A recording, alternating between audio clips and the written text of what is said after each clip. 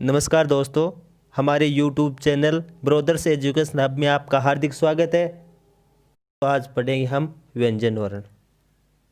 तो सबसे पहले देखिए व्यंजन वर्ण कहते किसे हैं। फेफड़ों से उठी हुई श्वास वायु जब मुख से किसी रुकावट या घर्षण के साथ बाहर निकलती है तो उसे व्यंजन ध्वनि कहा जाता है। सामान्यतया स्वरों की सहायता से उच्चारित वर्ण ही व्यंजन वर्ण कहलाते हैं। और हिंदी वर्णमाला में कुल कितने वर्ण हैं? व्यंजन वर्ण है 33। तो हम उसको 3 आधारों पे बांट सकते हैं। तो वो 3 आधार कौन कौन से हैं? सबसे पहले स्पर्श व्यंजन, क से लेकर मैं तक।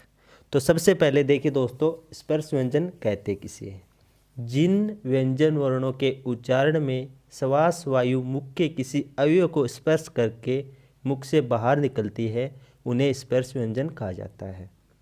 क से लेकर मैं तक सभी व्यंजन स्पर्श व्यंजन माने जाते हैं। एक बार फिर से सुनिए। जिन व्यंजन वर्णों के उच्चारण में श्वास वायु मुख के किसी अवयव को स्पर्श करके मुख से बाहर निकलती है उन्हें स्पर्श व्यंजन कहा जाता है। क से लेकर मैं तक सभी व्यंजन स्पर्श व्यंजन माने जाते हैं।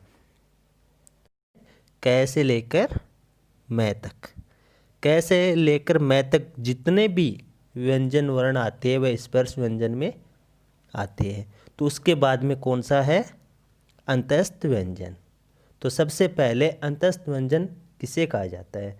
जिन व्यंजनों के उच्चारण में श्वास वायु मुख के किसी अवयव को पूर्ण स्पर्श न करके आंशिक स्पर्श करते हुए, आंशिक किसे कहा जाता है?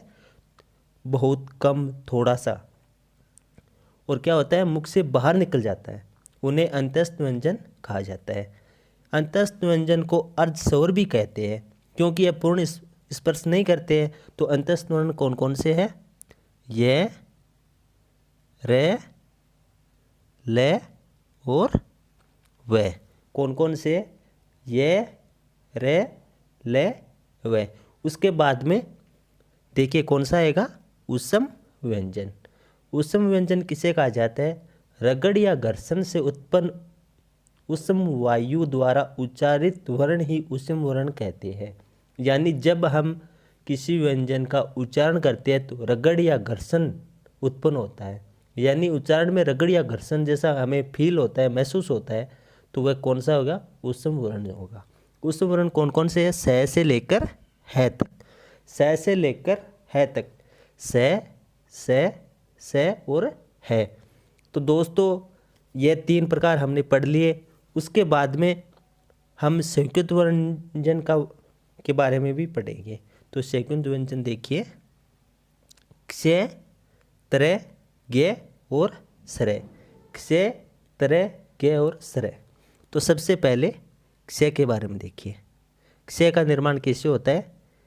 क और स से, क और स से। तो उसके बाद में कौन सा हो गया अपना? देखिए दोस्तों, उसके बाद में हो गया त्रय। क्या हो गया? त्रय। यह भी एक संयुक्त वर्ण है। त प्लस रे व्यंजन, त प्लस रे व्यंजन दोनों को मिलाने पे क्या होता है? त्रय का निर्माण होता है। तो उसके बाद में क्या हो गया? अगला गे। गे का निर्माण देखिए कैसे होगा? जय, देखिए दोस्तों, जय प्लस ये, इन दोनों को मिलाने पर गे का निर्माण होता है और इसीलिए उनको क्या कहते हैं? संयुक्त। संयुक्त यानी दो व्यंजनों को जोड़ने पे जिसका निर्माण होता है उसे संयुक्त कहा जाता है। उसके बाद में अपना एक और रह गया श्रेय। देखिए दोस्तों, श्रेय,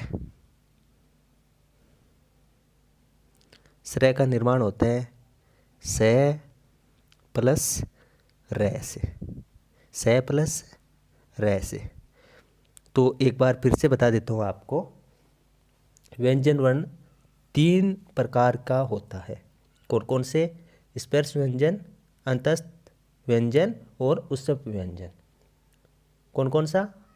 स्पर्श, अंतस्थ और उष्म, ये 3 हो गया। उसके बाद में हमने पढ़ा था संयुक्त, यह संयुक्त हो गया। तो दोस्तों हमारा वीडियो अच्छा लगा तो लाइक करें, शेयर करें और हमारे यूट्यूब चैनल को सब्सक्राइब जरूर करें। धन्यवाद।